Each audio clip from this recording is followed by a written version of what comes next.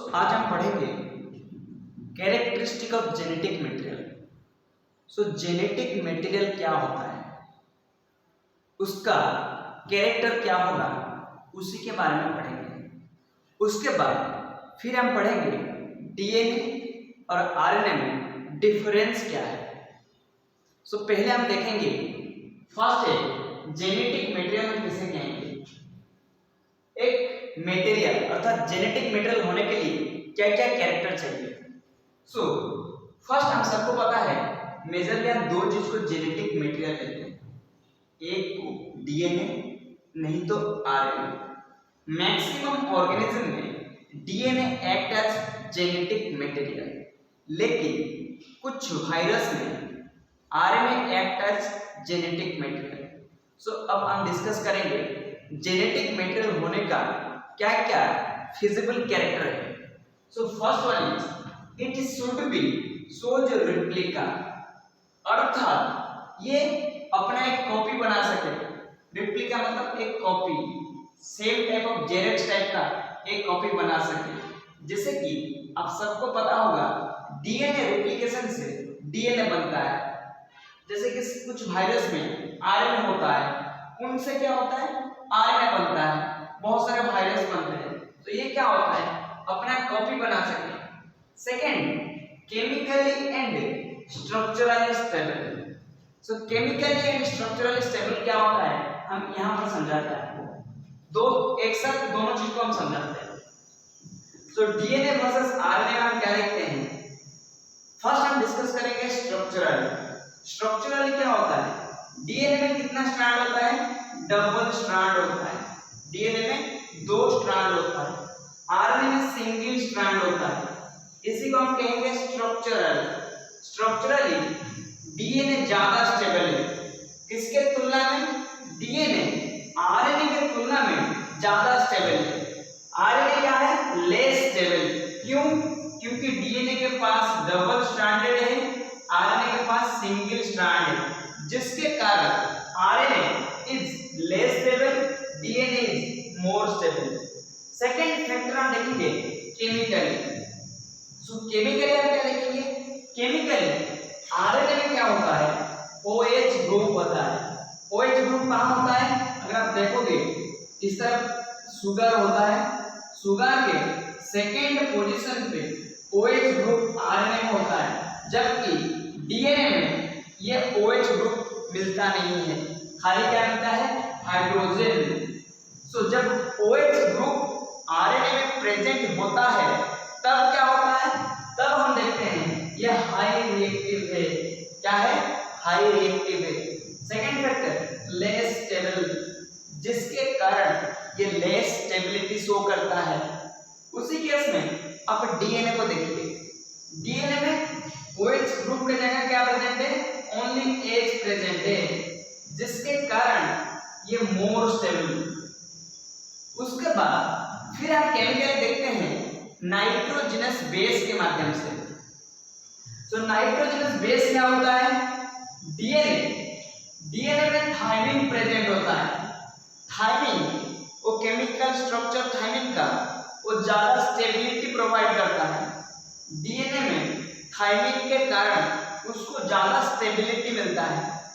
RNA में कौन present है, यूरासिल। यूरासिल केमिकली ज्यादा रिएक्टिव है, जिसके कारण RNA is less stable at chemical level. I am discussing about uracil. हम क्या देखें structurally and chemically. Chemically OH group and nitrogenous base के माध्यम से। ये दो पॉइंट हम डिस्कस कर चुके हैं, ये दो पॉइंट हम डिस्कस कर चुके हैं। थर्ड पॉइंट कहता है सोज स्लो म्यूटेशन। अगर किसी को जेनेटिक मटेरियल होना है उसको क्या होना होगा, म्यूटेशन, अर्थात धीरे धीरे चेंज होना होगा। अगर इंस्टेंटली चेंज हो जाएगा तब बड़े दिक्कत हो सकता है। इसीलिए धीरे धीरे करके चेंजेस जरूरी है। इसमें हम देखते हैं म्यूटेशन क्या होगा, आरएनए में फास्टर होता है। आप सबको पता होगा वायरस, जैसे कि कोरोना वायरस आप सबको पता होगा, उसका बहुत सारे वेरिएंट होता है। अर्थात स्ट्रेन और variety alpha, beta, gamma, delta, ये सारे क्यों होता है? जो RNA is the genetic material of corona virus और सम वायरस, जिसके कारण क्या होता है, क्विकली क्या करता है, चेंजेस लाता है, सो प्रॉब्लम क्रिएट करता है। डीएनए में क्या होता है, वो स्लो चेंजेस होता है, डीएनए स्लो चेंज होता है, डबल स्टैंडर्ड भी है, सेकंड है केमिकली स्टेबल है, chemically stable and double standard, जिसके कारण म्यूटेशन स्लो होता है। फिर आते हैं fourth point, obeying Mendelian inheritance characteristic और ट्रेट्स। ये क्या करता है, ओबे करता है मेंडेलियन इनहेरिटेंस ट्रेट। अब सबको पता होगा सेल के अंदर न्यूक्लियस है, न्यूक्लियस के अंदर क्रोमोसोम है, क्रोमोसोम के अंदर जीन्स है, तो जीन्स जो प्रेजेंट है वो क्या होता है, इनहेरिट करता है, फादर से प्रोजेनी और चिल्ड्रेन के पास जाता है। जो फादर होता है, फादर से किसके पास जाता है, चिल्ड्रेन और प्रोजेनी के पास जाता है। सो ये क्या होता है, मेंडल लॉ को, मेंडेलियन इनहेरिटेंस कैरेक्टरिस्टिक को फॉलो करता है। सो जीन में जहाँ पढ़ते हैं क्रोमोसोम में क्या होता है, एलील होता है, डोमिनेंट, रिसेसिव, वो भी उनके बारे में इसमें थोड़ा बहुत आएगा।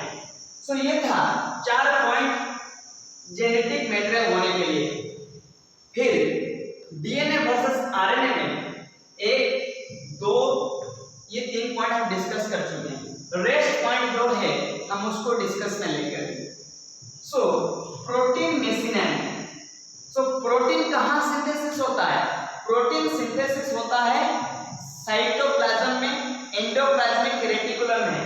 एंडोप्लाज्मिक रेटिकुलम के पास क्या है, राइबोसोम्स वगैरह है, उसी राइबोसोम में आरएनए प्रेजेंट है, राइबोसोमल आरएनए। उसके साथ टीआरएनए, एमआरएनए सारे क्या होता है, हेल्प करते हैं प्रोटीन सिंथेसिस में।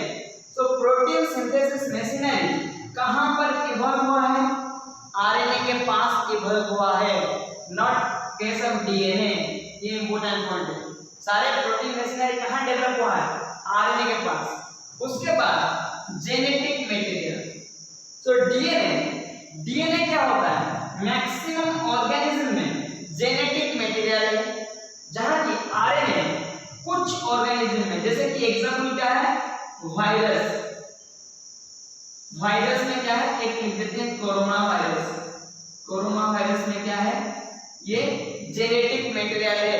कुछ वायरस में RNA act as genetic material. उसके बाद हम फिर डिस्कस करेंगे डायरेक्ट प्रोटीन सिंथेसिस। आरएनए क्या होता है, डायरेक्टली सिंथेसिस कर सकता है प्रोटीन, बट डीएनए नहीं कर सकता है। क्यों नहीं, डीएनए को आरएनए बनना पड़ेगा, उसके बाद साइटोप्लाज्म में जाना पड़ेगा, उसके बाद जाके प्रोटीन सिंथेसिस होगा। उसके बाद हम देखते हैं लास्ट पॉइंट, कैटालिटिक एक्टिविटी। सो कैटालिटिक एक्टिविटी क्या होता है, आरएनए सम आरएनए सोच, जो कि एंजाइमेटिक एक्टिविटी हम जिसे कहेंगे।